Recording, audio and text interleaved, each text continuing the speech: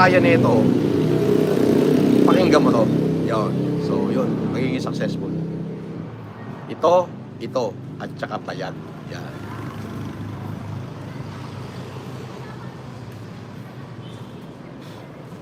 So, never listen to naysayer.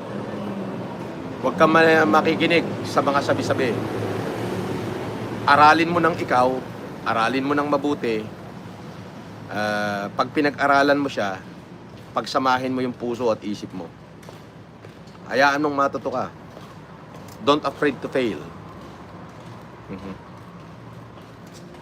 Let the fail will afraid to you. Ayun. Huwag kang matakot mabigo. Hayaan mo yung pagkabigo ang matakot sa'yo. Magtatagumpay ka.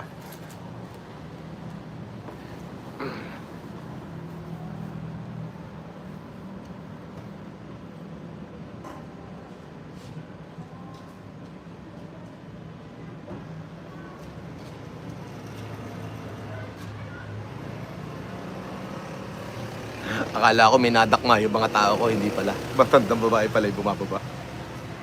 Masyado alerto itong mga tartado to.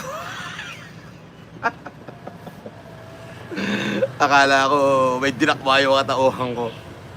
Hindi, meron kasi baka, syempre, mga follower nila, puno dito, yung mga kabataan na mga edad 16. Syempre, hindi nila ako kilala ng lupusan. Before pandemic, hindi nila ako nakilala. So, nakikita na lang nila ako ngayon with the basher. So, hindi lang talaga kilala yung, yung antigong ako. Pero yung mga antigong taga rito, yung mga umidad ng 25 pataas, o 20 na kahit 24 pataas, nung tao na sila nung COVID, kilala ko. At syempre, lalo na yung mga matatanda, yung mga nakakasabayan kong lumaki dito, kilala na nila ako. So, mahal tayo ng mga taga rito.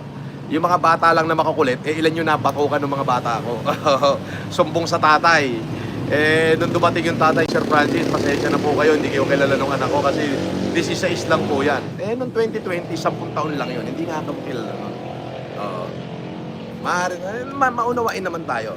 Sinabi ko naman sa mga bata ko, may pagkasarkastiko yung iba, hinagisan yata ng pako yung gulong nung Altera. Ayun, nahuli.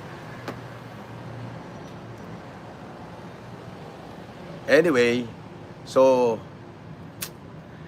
ganun talaga yung buhay, makagago. Unang-una, hindi mo ako kaya. Uulitin ko, makagago. Hanggang sa magpatiwakal ka na, ibenta mo lahat ng buong lahi mo, hindi mo kayang tapatan kahit yung 1/4 ng ginawa ko para sa bayan ko. Hindi mo kaya yan. At hindi mo yan mabubura. Ayun yun. So, paano yan? Yung interview mo kay Manny, paano? Ano nangyari? Mukha kang tanga. Mukha kang basang sisiw.